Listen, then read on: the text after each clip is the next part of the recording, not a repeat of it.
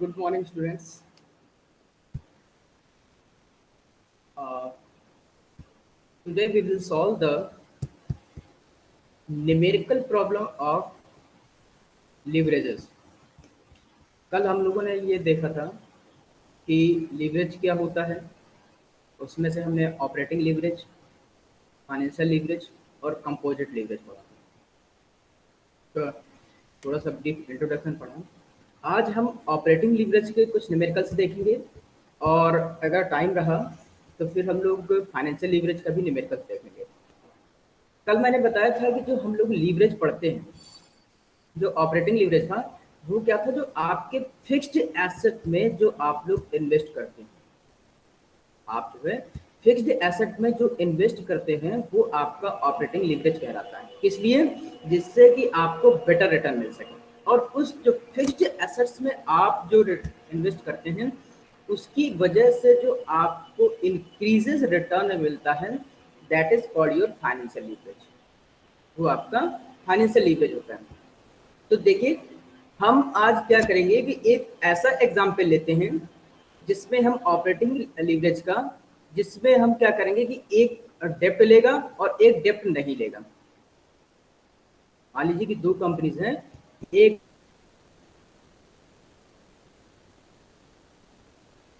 डेप्ट लेगी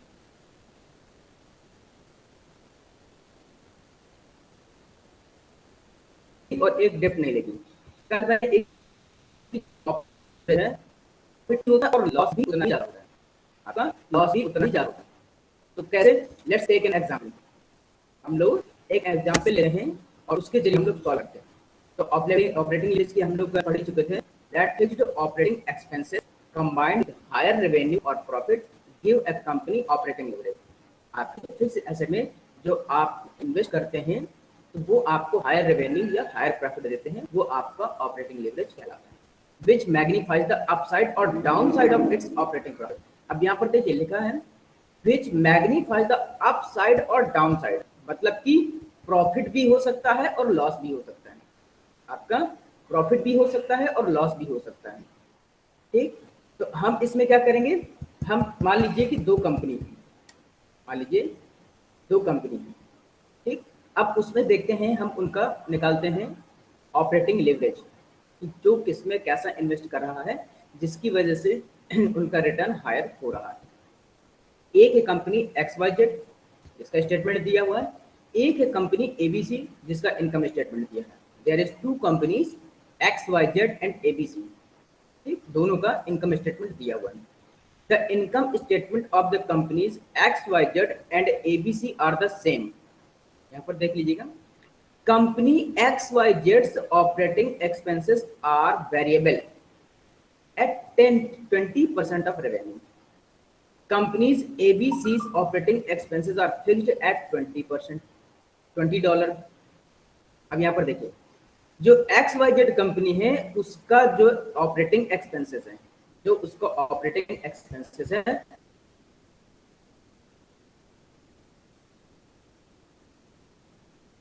वो क्या है, वेरिएबल, वेरिएबल है और उसका रेवेन्यू है 20%। जो आप उसमें जो उसके ऑपरेटिंग एक्सपेंसेस हैं फिक्स हैं कितने परसेंट पर, उसमें भी $20, ठीक, उसमें भी 20 पर और इसमें भी 20 पर। तो अब कह रहे हैं which company will see a higher net income और रेवेन्यू। अब इसमें से कौन सी कंपनी का हायर नेट इनकम होगा अगर रेवेन्यू बढ़ेगा तो। अब यहाँ पर हम बात करते हैं, ये जो हम निकालेंगे परसेंटेज में बाई $50। अब रेवेन्यू जो है, जो आपका $20 था वो बढ़ा करके हम क्या कर रहे हैं, $50 रेवेन्यू बढ़ा। तो हम ये देख रहे हैं कि इनकम किसकी बढ़ेगी, इसमें ज्यादा चेंजेस होंगे। देखिए यहाँ पर रेवेन्यू दिया है XYZ का और ABC का $100 $100। कॉस्ट ऑफ गुड्स सोल्ड दोनों की है $20 $20। ग्रॉस प्रॉफिट दोनों का $80 $80। ऑपरेटिंग एक्सपेंसेस $20 और इसमें $20। Operating profit $60 $60। 80 में से 20 घटा देंगे। इंटरेस्ट एक्सपेंसेस ये है $5 और यहाँ पर भी $5। अर्निंग बिफोर टैक्सेस ये $55 और यहाँ पर $55। Tax expenses $25, $25। नेट इनकम है $30। अब हमने क्या किया, जो $20 था उसको बढ़ा करके हमने किया है $50। ने कितना कर दिया है, $50। याद रखिएगा, दोनों के इनकम स्टेटमेंट सेम है। इफ रेवेन्यू इंक्रीजेज बाय $50, पहले कितना था, $20।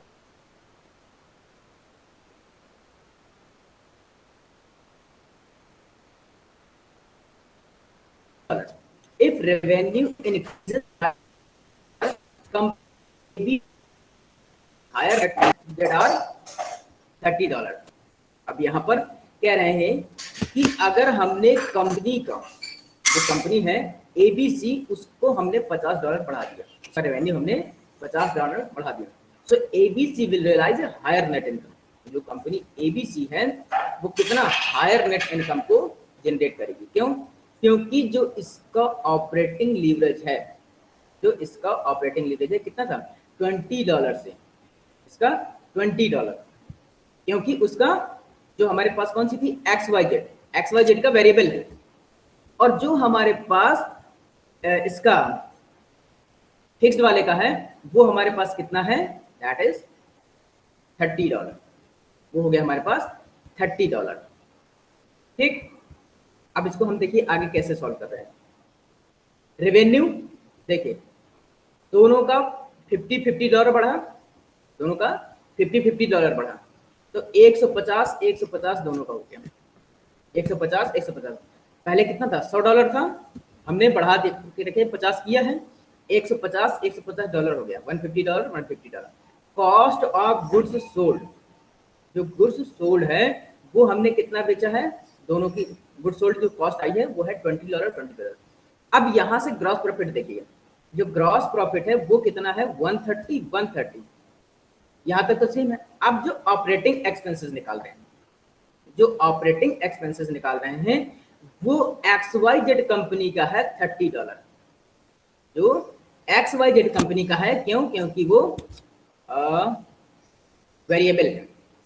जो XYZ कंपनी का एक्सपेंसेस है वो वेरिएबल है, और वो कितना आ रहा है आपका $30। क्यों? क्योंकि जो $50 आया उसमें से आपके $20 आपके वेरिएबल है, तो वो निकल गए, तो आपका बचा $30, आपका $30। तो उसके जो ऑपरेटिंग एक्सपेंसेस आए हैं वो आ गए $30। यहाँ पर एबीसी कंपनी का फिक्स्ड है, वो कितना है, $20, वो फिक्स्ड है। ठीक, तो अब यहाँ पर देखिए जो ऑपरेटिंग प्रॉफिट आएगा, जो XYZ जिसका वेरिएबल एक्सपेंसेस था वो कितना आ गया, $100, वो आ गया $100। और यहाँ पर आएगा जो एबीसी जिसका फी था, दैट इज $110। इंटरेस्ट एक्सपेंस दोनों के सेम है, $5। जो अब अर्निंग बिफोर टैक्स है, तो हमने इसमें क्या किया, 100 में से 5 को लेस किया तो हमारे पास आया 95। यहाँ पर हमारे पास ऑपरेटिंग प्रॉफिट में 110 में से हमने 5 लेस किया तो 105। हमारे पास टैक्स एक्सपेंसेस कितने थे, $25। तो 95 में से हम 25 घटा देंगे तो 70, और हमारे पास यहाँ पर जो 105 था उसमें से 25 घटा देंगे तो 80।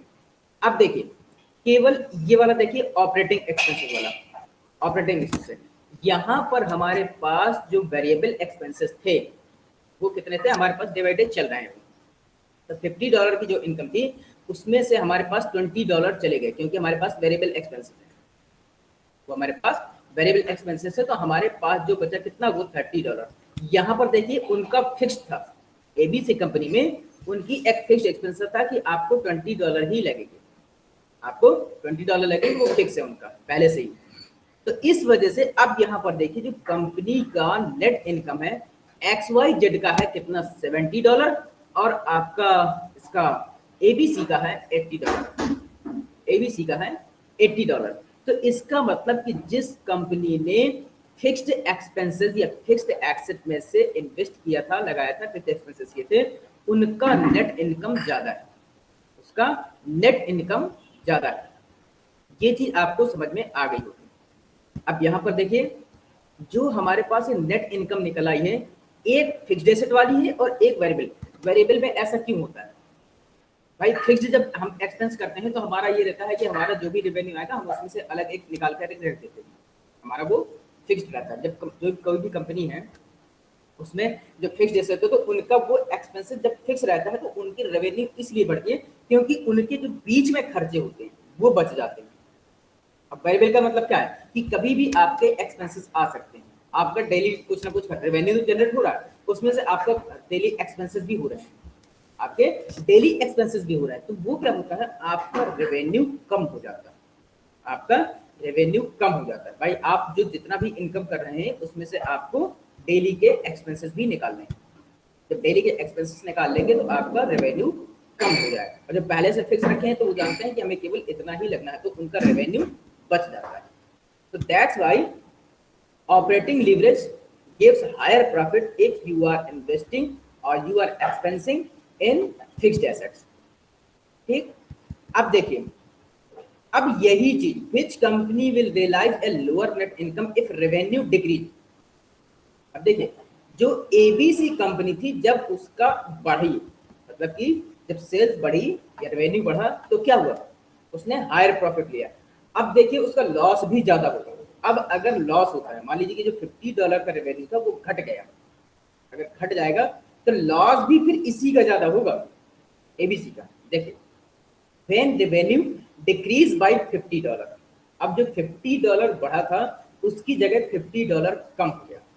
Company ABC losses more due to its operating leverage.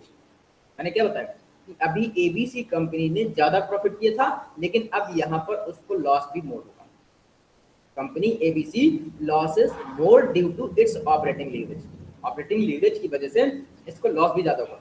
which magnifies its losses, which magnifies its losses। Company XYZ operating expenses were variable and adjusted to the lower revenue, while company ABC's fixed expenses stayed fixed। अब इसका देखिए उल्टा कैसे, जब profit हुआ तो extra profit हो गया। अब अगर आपका लॉस होता है तो पैसा तो आपने पहले फिक्स लगा रखा है ना, उसमें आपने पैसा पहले लगा रखा है, अब लॉस हो गया तो आपका हायर लॉस होगा। अब जैसे जो वेरिएबल होता है तो वेरिएबल में क्या होगा कि वेरिएबल में जो पैसा आ रहा है आप उसको एक्सपेंस करते जा रहे हैं, आप उसको एक्सपेंस करते जा रहे हैं, तो आपके लॉसेस कम हो जाएंगे, आपके लॉसेस कम हो जाएंगे। इसका एक एग्जांपल देख लीजिए, नीचे देखिए, रेवेन्यू जो पहले $100 था, तो पहले रेवेन्यू $100 था, अब वो हो गया घट करके कितना, $50 हो गया आपका $50। कॉस्ट ऑफ गुड्स सोल्ड दोनों की $20। अब जो ग्रॉस प्रॉफिट है वो $30। अब जो ऑपरेटिंग एक्सपेंसेस हैं, जो ऑपरेटिंग एक्सपेंसेस हैं, अब वो देखिए प्रॉफिट में से आप जो खर्चे होते हैं वो घटा देते हैं, प्रॉफिट में से जो खर्चे होते हैं वो घटा देते हैं।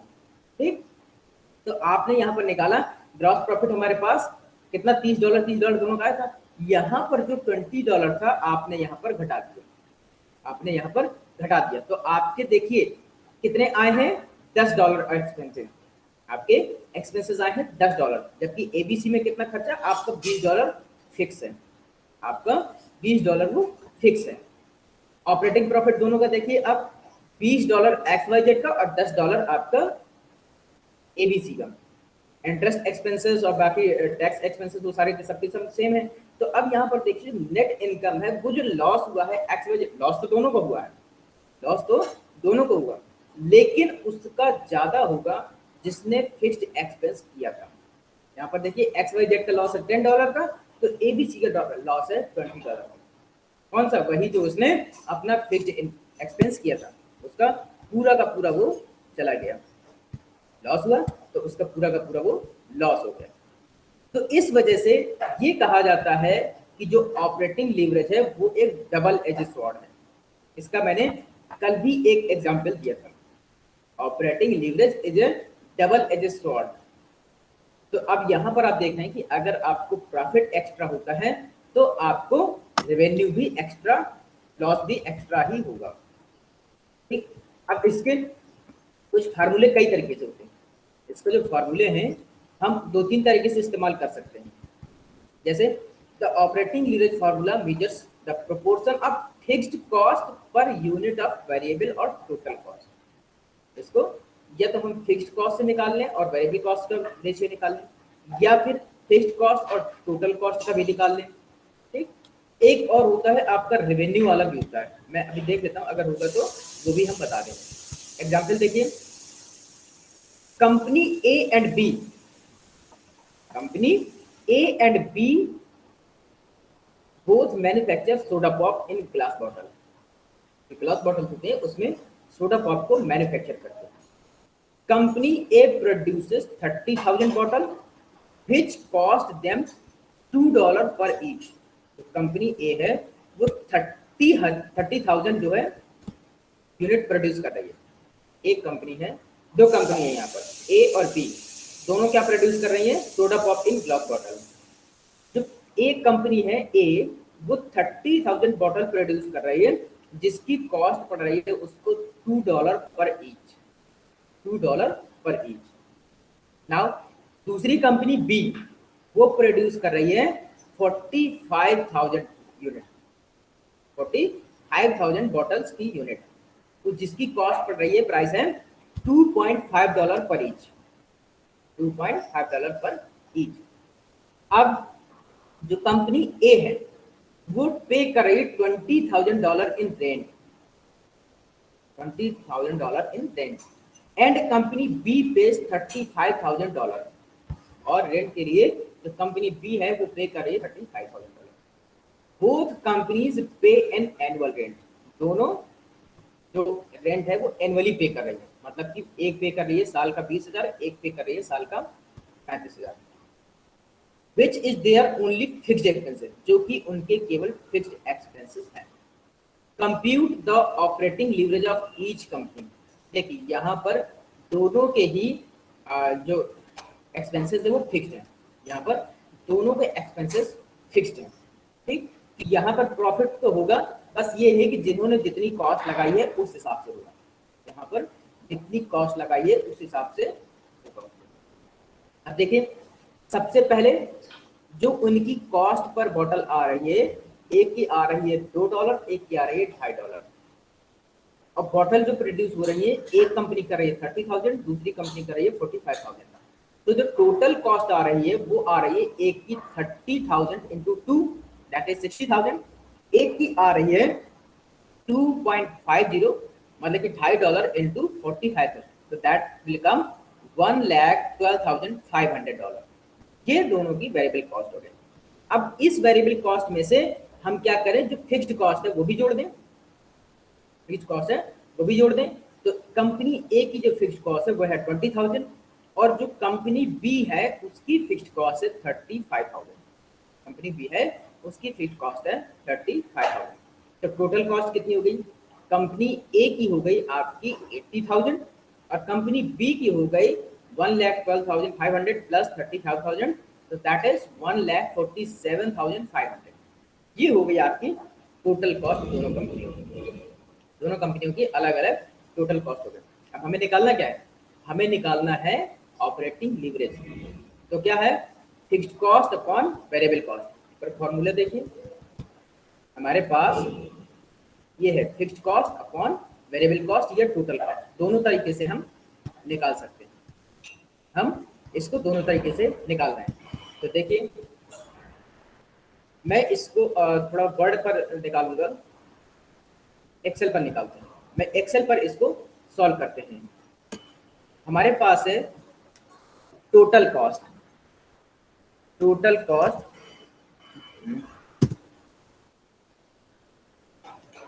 TOTAL, total cost.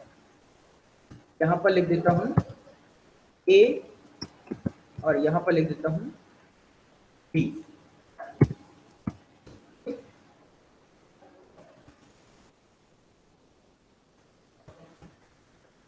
तो सेव करके थोड़ा इसका साइज बड़ा कर लेते हैं। ये रहा, कंपनी ए की टोटल कॉस्ट थी 80,000, और जो कंपनी बी की टोटल कॉस्ट है वो है 1,47,500। ये है टोटल कॉस्ट। इसको उठा करके हम यहाँ पर कर देते हैं। फिक्स्ड कॉस्ट कितनी है? फिक्स्ड कॉस्ट में हमारे पास ए की है 20,000 और इसकी है 35,000। ठीक, ये हो गई आपके पास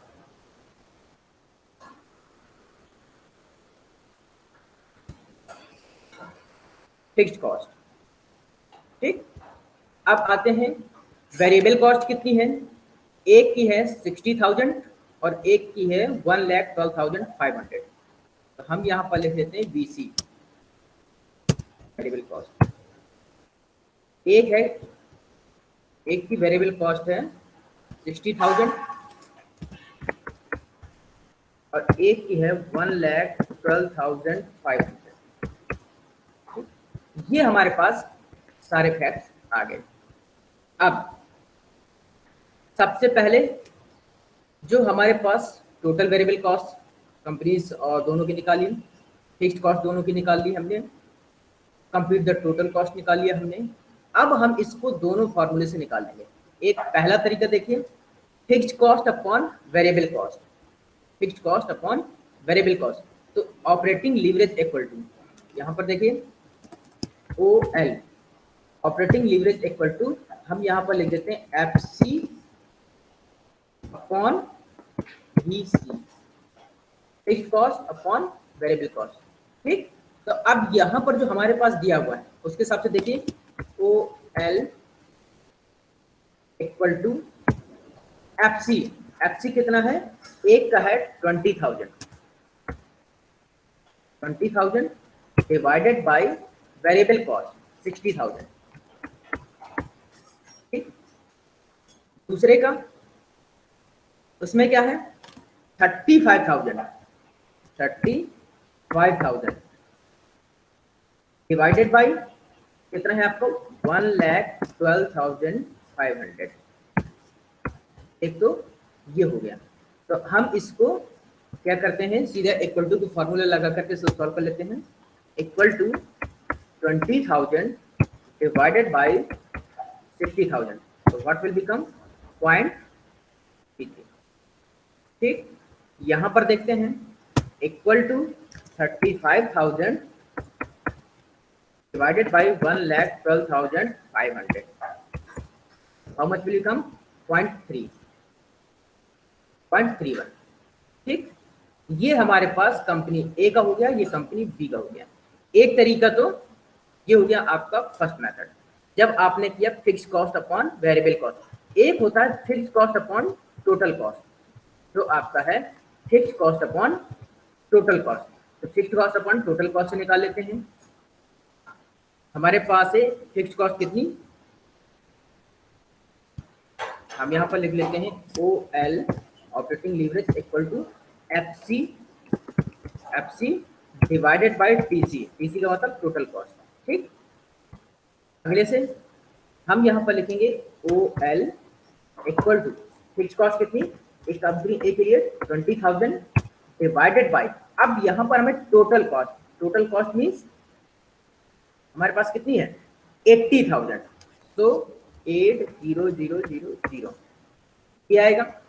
कंपनी बी के लिए हमारे पास कितना है, ये है हमारे पास 35,000 डिवाइडेड बाय टोटल कॉस्ट कितनी 1,47,500। ठीक, इसको हम फॉर्मूले से निकाल लेते हैं इक्वल टू 20,000 डिवाइडेड बाय 80,000, ये आया 0.25। यहाँ पर निकाल लेते हैं इक्वल टू 35,000 डिवाइडेड बाय 1,47,500, तो ये आपका आ गया 0.2379। अब देखिए ये हमारे पास अलग अलग तरह के फाइनेंशियल लीवरेज क्यों आ रहे हैं, अलग अलग तरह के फाइनेंशियल लीवरेज हमारे पास ऐसे क्यों आ रहे हैं। ये इसलिए आ रहे हैं क्योंकि जब हम जितनी कॉस्ट इन्वॉल्व करते हैं उतना ही हमारा ऑपरेटिंग लीवरेज होता है। हम जो लीवरेज हमारा होता है उसमें क्या है, हमारे पास जो हम कॉस्ट इन्वॉल्व करते हैं, हमारे पास फॉर्मूला क्या रखा है, हमारे पास फॉर्मूला रखा है कि टोटल कॉस्ट, फिक्स्ड कॉस्ट और वेरिएबल कॉस्ट ये है। अब अगर इन कॉस्ट में चेंज होगा, ऑपरेटिंग का मतलब क्या है कि आपको जो फिक्स्ड एक्सेस में डेली ऑपरेशंस के लिए आप एक्सपेंस करते हैं, ठीक, तो जब आप फिक्स्ड एसेट में एक्सपेंस करेंगे तो जितना इन्वेस्ट करेंगे कॉस्ट आपकी चेंज होगी, तो आपका ऑपरेटिंग लीवरेज भी चेंज हो जाएगा। तो इसी वजह से यहाँ पर एक बार जब आपने टोटल कॉस्ट लिया है, जितना भी आपने फिक्स्ड एसेट्स में एक्सपेंसेस किया है उसमें जितना टोटल लगाया उसके हिसाब से आपने निकाला। एक बार आपने केवल उतना लगाया जो आप वेरिएबल कॉस्ट लगा रहे हैं, आपने केवल उतना लगाया, तो इसका मतलब है कि जब आप वेरिएबल में लगा रहे हैं तो मतलब कि आप एक्सपेंसेस कम होते हैं, तो जब एक्सपेंसेस कम होंगे तो आपका ऑपरेटिंग लीवरेज ज्यादा आ रहा है। जब आप टोटल से निकालेंगे कि फिक्स्ड एसेट, फिक्स्ड एसेट मतलब आपने जो टोटल कॉस्ट है उसके कंपैरिजन में फिक्स्ड कॉस्ट बहुत कम लगाई है, तो आपका जो लीवरेज है वो कम आ रहा है। तो यहाँ पर देखिए जो पहला केस है उसमें आ रहा है 0.333 कंपनी ए के लिए और 0.311 ये कंपनी बी के लिए। वहीं जब आप टोटल कॉस्ट के रिस्पेक्ट में निकाल रहे हैं, आपने टोटल कॉस्ट के रेस्पेक्ट में निकालना है, तो कंपनी ए के लिए आ रहा है 0.250 और कंपनी बी के लिए आ रहा है 0.237। तो ये आपका ऑपरेटिंग लीवरेज है डिफरेंट कंडीशन में। आपको मैंने कल एक और बताया था सेल्स की कंडीशन में, मैंने सेल की कंडीशन में बताया था कि जब आपका सेल निकाली हो तो उसको किस तरह से हम निकालते हैं। तो आपके ये लगभग ऑपरेटिंग लीवरेज के हर तरह के न्यूमेरिकल्स हो गए, ऑपरेटिंग लीवरेज के आपके हर तरह के न्यूमेरिकल्स हो गए। बस आपको क्या करना है कि जब आपके पास अगर न्यूमेरिकल में जो चीजें दी हुई हैं, आपकी न्यूमेरिकल में यहाँ पर दिया होगा, ये इस तरह से न्यूमेरिकल दिया होगा, तो आपको यहाँ पर बस ये समझना है कि इसमें से कौन कौन सी चीजों का हमें इस्तेमाल करना है, ठीक, आपको कौन कौन सी चीजों को यहाँ इस्तेमाल करना है, तो फिर आप इसका ऑपरेटिंग लीवरेज बड़ी आसानी से निकाल लेंगे। अब बात करते हैं फाइनेंशियल लीवरेज की। अब बात करते हैं हम लोग फाइनेंशियल लीवरेज की। तो फाइनेंशियल लीवरेज क्या होता है? फाइनेंशियल लीवरेज में कल मैंने बताया था कि जो हम फिक्स्ड एसेट में इन्वेस्ट करते हैं उससे जो रिटर्न मिलता है, जो रिटर्न मिलता है, जैसे आपने, हाँ एक चीज बताई थी मैंने कि जब आप बैंक से लोन लेते हैं, जब आप बैंक से लोन लेते हैं तो उसमें क्या होता है, रिस्क इन्वॉल्व होता है। जब आप बैंक से लोन लेते हैं तो उसमें रिस्क इन्वॉल्व होता है। रिस्क किस तरह का इन्वॉल्व होता है कि अगर आपका लॉस हुआ, तो आपको उसमें लॉसेस भी ज्यादा होंगे। अगर आपको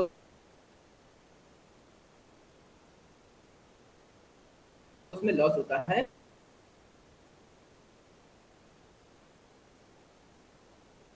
तो आपके लॉसेस भी, आप डाउन पेमेंट के कंपैरिजन में और ये जो आपने इंस्टॉलमेंट पे किए उसके कंपैरिजन में आपके लॉसेस बहुत ज्यादा हो जाते हैं। क्योंकि मान लीजिए आपका घर, कोई एक घर आपने खरीदा है, वो आपने लिया 5 लाख का, 5 लाख का लिया।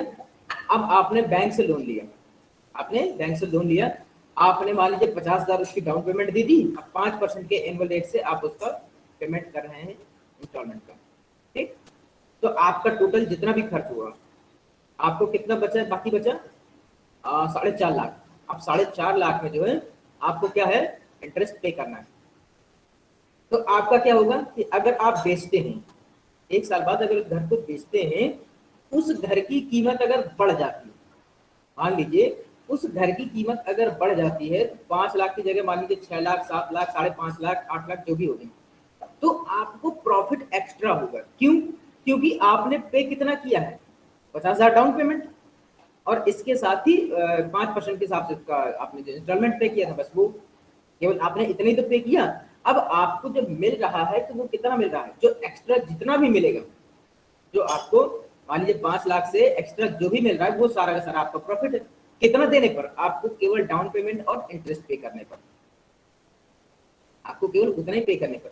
यही चीज अगर आपका लॉस में चली गई, मान लीजिए जो 5 लाख का आपने घर खरीदा था अब वो हो गया 4 लाख का, आपका 4 लाख का हो गया, तब आपके लॉसेस कितने हो, 50,000 तो वो गए, आपका जो डाउन पेमेंट दिया, जो इंस्टॉलमेंट पे किया वो किया, जो लॉस हुआ आपका वो भी हुआ।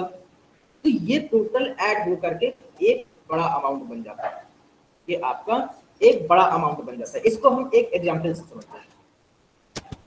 फाइनेंशियल लीवरेज क्या होता है, पहले तो ये देखिए, व्हेन ए कंपनी यूजेस डेब्ट financing it's financial leverage increases. जब भी कोई कंपनी डेब्ट से फाइनेंस करती है, डेब्ट का मतलब कि लोन लेती है या बोरो करती है आपका, तो इसका फाइनेंशियल लीवरेज बढ़ जाता है, इसका फाइनेंशियल लीवरेज बढ़ जाता है। More capital is available to boost return. जब आप डेब्ट लेते हैं तो आपके पास कैपिटल ज्यादा अवेलेबल होता है, जिससे आप अपने बिजनेस को ज्यादा एक्सपेंड कर सकते हैं, उसको इन्वेस्ट करेंगे तो आपके रिटर्न भी ज्यादा हो सकते हैं। ठीक, याद रखिएगा ये कंडीशन केवल तब लागू है जब आपके रिटर्न हो रहे हैं। अब यही लॉस होता तो जस्ट इसका उल्टा भी हो सकता है। At the cost of interest payment which affect not earning. यहाँ पर देखिए कि जो कैपिटल आपने, more capital is available to boost return, आपके पास जब कैपिटल ज्यादा होगी तो आप रिटर्न को बूस्ट कर सकते हैं। Eight the cost of interest payment which affect net earning. केवल कितना पे कर रहे हैं आप, इंटरेस्ट पे कर रहे हैं। जैसे जब आप लोन लेते हैं ना तो आप उसका इंटरेस्ट ही तो पे करते हैं, जो इंस्टॉलमेंट होती है, जैसे जितने भी परसेंट, 10%, 5%, तो आप उसका इंटरेस्ट पे करते हैं और उस पर आपको अच्छा रिटर्न मिल रहा है। ठीक, विच अफेक्ट नेट अर्निंग, जो कि आपकी जो नेट अर्निंग होती है उसको इम्पैक्ट करता है। ये फाइनेंशियल लीवरेज है। अब इसका थोड़ा सा हम और आगे चल करके देखते हैं। क्या एग्जाम्पल एक लेते हैं। बॉब एंड जिम, दो लोग हैं, Bob and Jim are both looking to purchase the same house. Bob और जिम दोनों एक घर को खरीदने के लिए इच्छुक हैं या देख रहे हैं, दोनों एक घर खरीदना चाहते हैं। ठीक, दोनों की नजर एक ही घर पर है, ठीक है ना। उस घर की कीमत है $5 lakh. The same house that cost $5 lakh.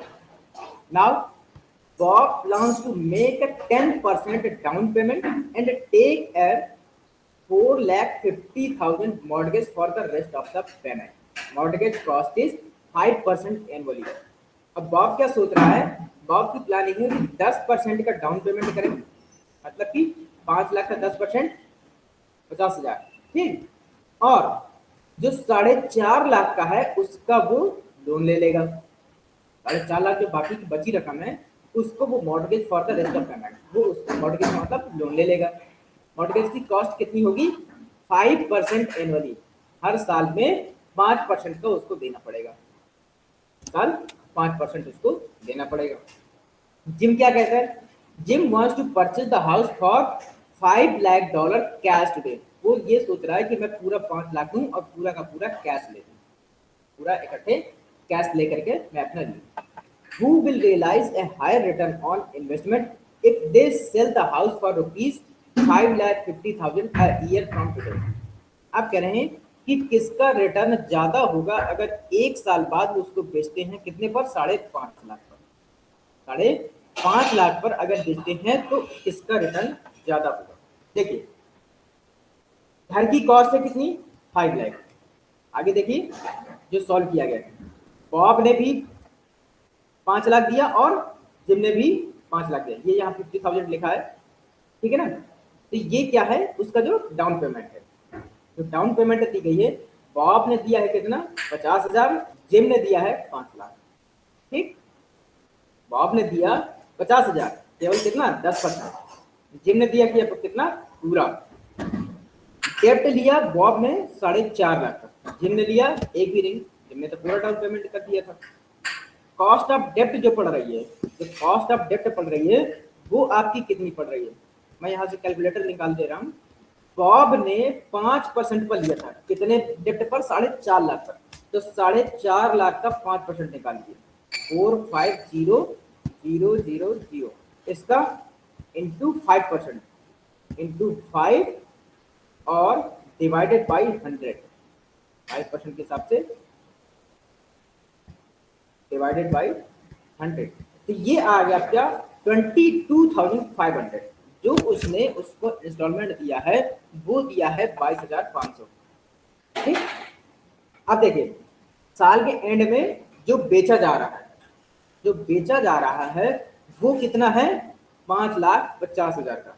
Bob ने भी 5.5 लाख का बेचा और जिम ने भी 5.5 लाख का बेचा उस घर को। अब बॉब ने जो पैसा दिया वो कितना दिया, 50,000 डाउन पेमेंट, वो तो दोनों ने दिया। अब 50,000 में से साल के आखिर में जो दिया वो कितना था, 22,500। तो 22,500 आपको घटा दीजिए, तो 22,500 है वो आप घटा दीजिए, तो कितना बचा, 27,500। मतलब कि बॉब को इतना देने पर 27,500 का प्रॉफिट हो रहा है बॉब को। बॉब को 27,500 का प्रॉफिट हो रहा है, और जिम को कितना हो रहा है, 50,000 का प्रॉफिट। क्यों, क्योंकि उसने सीधा 5 लाख का लिया था और 5.5 लाख का बेच दिया। उसने 5 लाख का लिया, 5.5 लाख का बेच दिया। उसने 50,000 ये और 22,000 ये दे करके उसने क्या किया, अपना ये ले लिया। डाउन पेमेंट तो दोनों के थे, डाउन पेमेंट तो खत्म कर दो। अब यहां से जो उसने पैसा दिया, उसको कितना मिला, 27,500। अब जो ये 27,500 है किसका, उसने जो ये लिया है 27,500, उसने कितना दिया था, 50,000। बॉब ने दिया था 50,000, जिम ने कितना दिया, 5 लाख।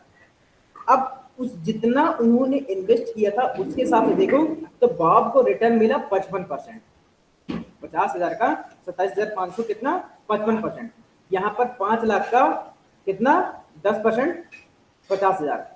तो इसका मतलब कि परसेंटेज रिटर्न आपका बॉब का ज्यादा, परसेंटेज में रिटर्न बॉब का ज्यादा, क्योंकि उसने कम पैसे दे करके उतना प्रॉफिट कमाया है। जब बेचेगा तो उसको प्रॉफिट ज्यादा होगा। ठीक, अब यही चीज हम इसका उल्टा कर दें। अब अगर उस घर की कीमत को डाउन कर दें, उस घर की कीमत को हम डाउन कर दें, कितना, 5 लाख से हम 4.5 लाख कर देते। Although Jim makes a higher profit, Bob sees a much higher return on investment because he made 27,500 profit with an investment of only 50,000. जो बॉब ने 50,000 का इन्वेस्टमेंट किया था उसमें से उसको 27,500 का प्रॉफिट मिला। जो जिम ने प्रॉफिट कमाया वो 50,000 का, उसने इन्वेस्ट किया था 5 लाख। ठीक, अब इसी का जस्ट थोड़ा सा उल्टा देखते हैं। Using the same example, Bob and Jim realized they can only sell the house for rupees 4 lakh. अब जो उस घर की कीमत थी 5 लाख की बजाय 4 लाख हो गई एक साल बाद। Who will see a greater loss on their investment? अब किसको ज्यादा लॉस होगा, किसको ज्यादा लॉस होगा। देखिए, डाउन पेमेंट बॉब की 50,000, जिम की 5 लाख। बॉब ने जो कर्ज लिया था 4.5 लाख का, जिम ने कर्ज लिया था एक भी नहीं।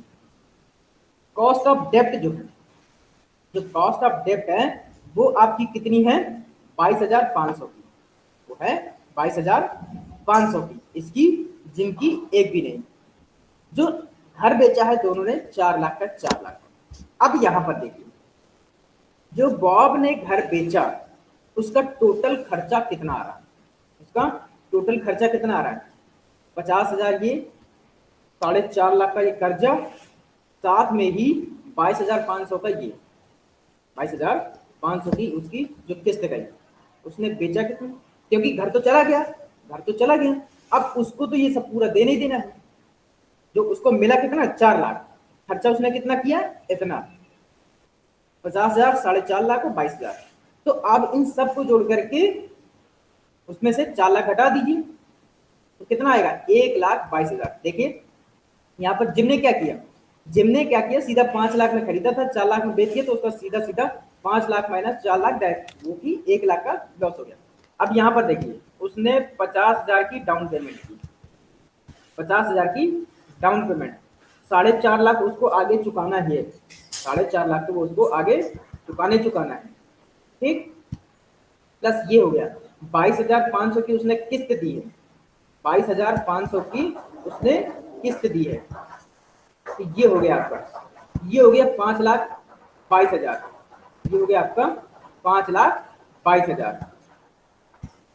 ठीक, अब 5,22,000 में से उसने बेचा कितने का, 4 लाख का, उसने बेचा है 4 लाख का, तो उसके पास कितना, 1,22,500 का नुकसान हुआ, 1,22,500 का नुकसान हुआ।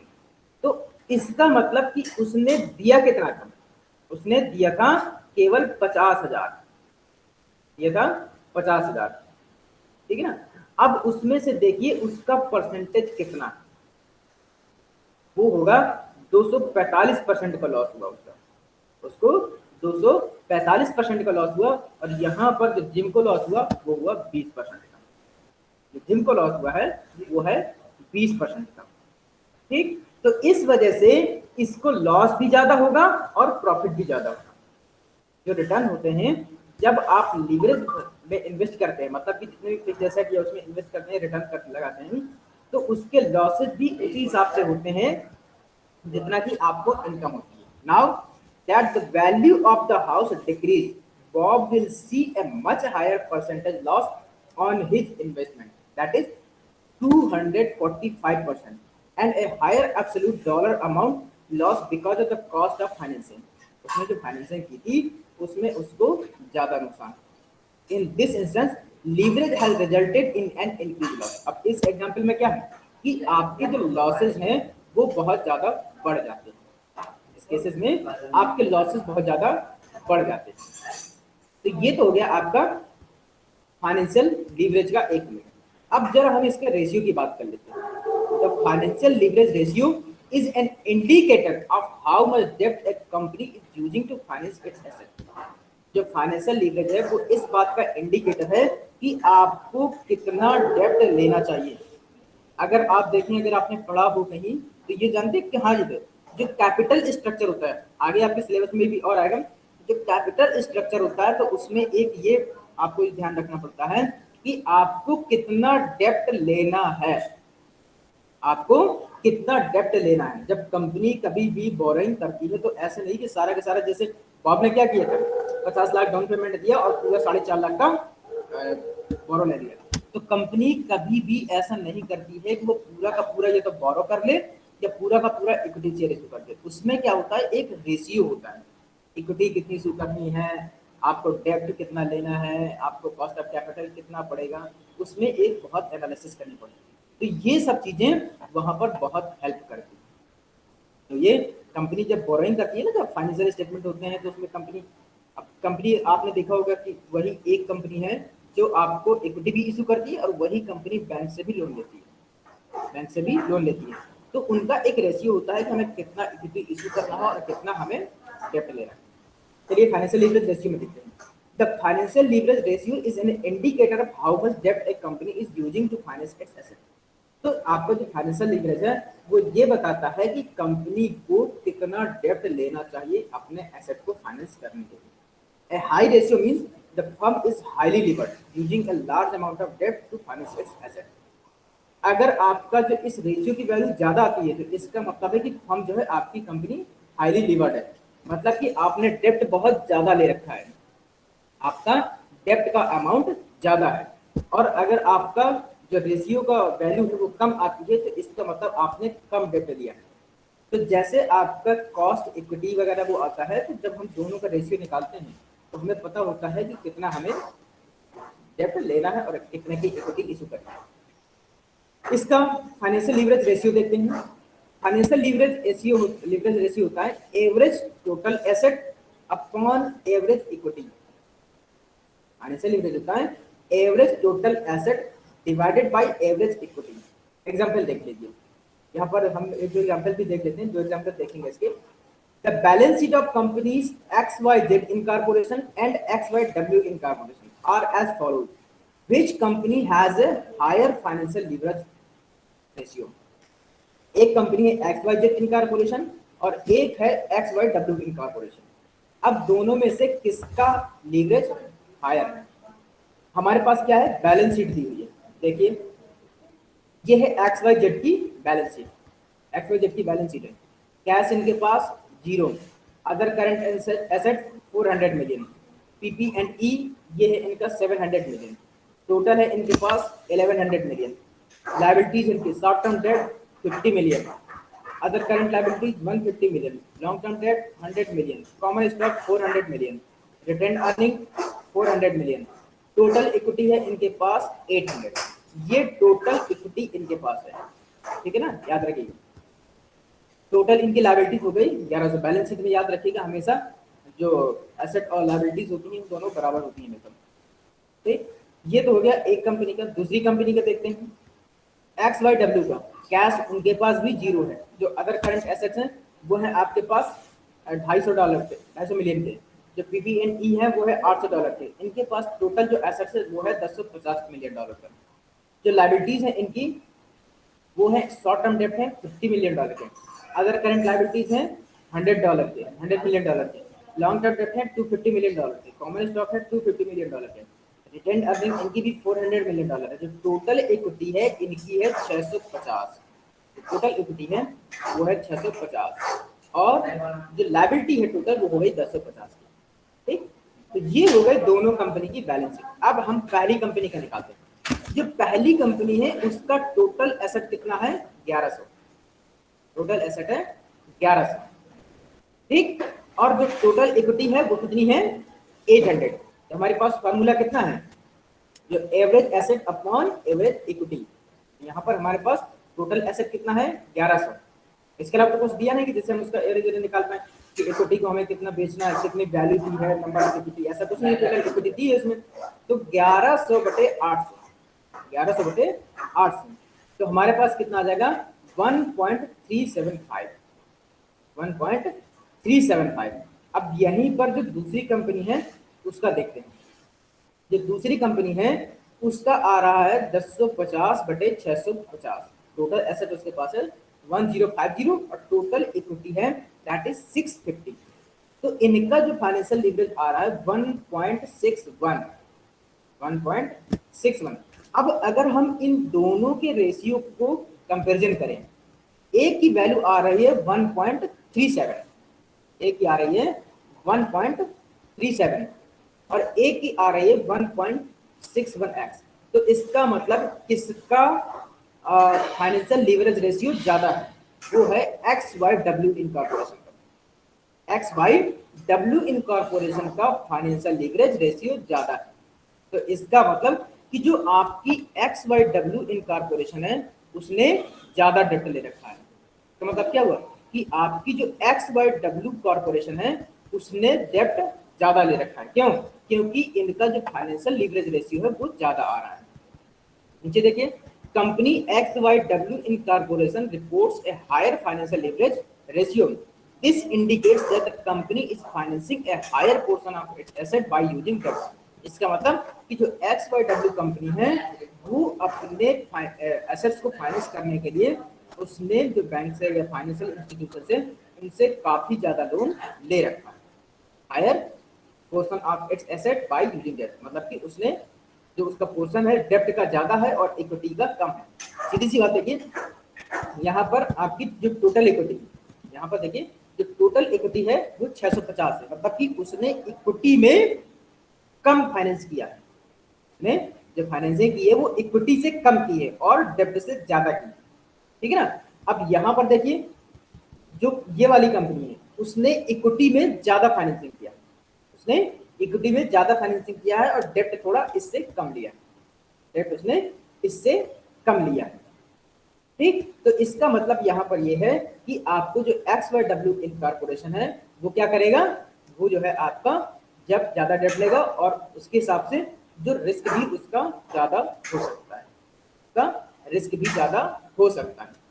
अब जो कंपोजिट लीवरेज है उसको हम बाद में पढ़ेंगे। उसमें क्या होता है कि केवल आपको ये जो फाइनेंशियल लीवरेज और ऑपरेटिंग लीवरेज है दोनों का मल्टीप्लिकेशन होता है। कंपोजिट लीवरेज क्या होता है, हमें दोनों को कंपोज करना होता है, किसको, फाइनेंशियल लीवरेज को और ऑपरेटिंग लीवरेज को, दोनों को कंपोज करना है। तो हमें क्या करना है, जब भी अगर आपका कंपोजिट लीवरेज पूछा जाए तो आपको क्या करना है, आपको दोनों को मल्टीप्लाई करना है। अब जैसे हम यहाँ पर इसका कंपोजिट लीवरेज देखें, हम यहाँ पर कंपोजिट लीवरेज देखें तो हमारे पास एक का ऑपरेटिंग लीवरेज निकाल लिए और दूसरे का एक का फाइनेंशियल लीवरेज। जैसे हमें XYZ कंपनी का है तो इसका आप जो है ये आपका फाइनेंशियल लीवरेज निकला है, इसका ऑपरेटिंग लीवरेज निकाल लीजिए, दोनों का मल्टीप्लाई कर दीजिए तो XYZ कॉर्पोरेशन का आपका कंपोजिट लीवरेज आ जाएगा। ठीक, सिमिलरली XYW का भी अगर आपको कंपोजिट लीवरेज निकालना है तो आप इसका ऑपरेटिंग लीवरेज निकाल करके इसका मल्टीप्लाई कर दीजिए इसके फाइनेंशियल लीवरेज से। So this is all about your leverage और इसके प्रैक्टिकल प्रॉब्लम। अब यहां तक अगर किसी को कोई प्रॉब्लम हो तो पूछ लीजिए। और सब लोग हाँ सब लोग अपना नाम चैट बॉक्स में लिख दीजिए अटेंडेंस के लिए। Chat box.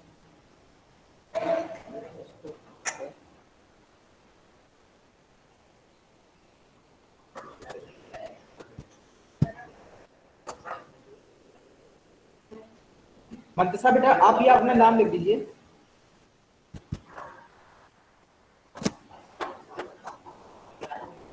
मंतसा अपना आपने नाम नहीं लिखा।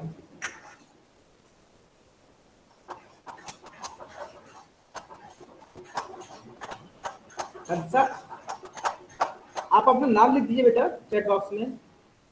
गुड, ओके, सभी लोग अपना नाम लिख दिए हैं। So it's all about today's class.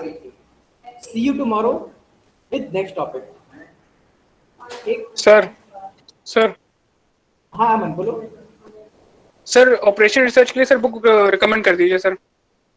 मैंने बेटा शेयर तो किया है। सर मैंने मेरे बुक्स को जो है पता नहीं सर, बता दीजिए सर आप एक बार।